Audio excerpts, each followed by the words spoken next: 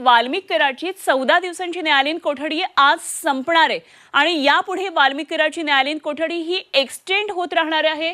महत्त्वाची बातमी आहे, वाल्मिक कराड संदर्भातली वाल्मिक कराड ची 14 दिवसांची जी न्यायालयीन कोठडी आहे ती आज संपणार आहे, मात्र ही कोठडी अशीच एक्सटेंड होत राहणार आहे।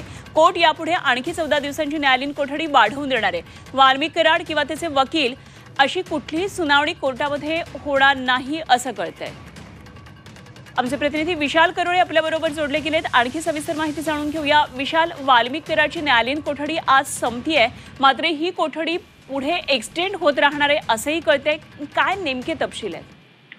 अगदी खरं आहे। आता बीड कारागृहातून जेल वॉरंट कोर्टाला पाठवलं जाणार आहे आणि यापुढे वाल्मिक कराडची न्यायालयीन कोठडी ही फक्त 14 दिवसांनी वाढवल्या जाईल आणि या सगळ्या दरम्यान एसआयटीला जर वाल्मिक कराडची चौकशी करायची असेल तर त्याला पोलीस कोठडी सुद्धा दिल्या जाईल। नियमानुसार ही सगळी कारवाई होणार आहे। आज याबाबत कुठलीही सुनावणी होणार नाहीये किंवा कुठलंही हिअरिंग होणार नाहीये।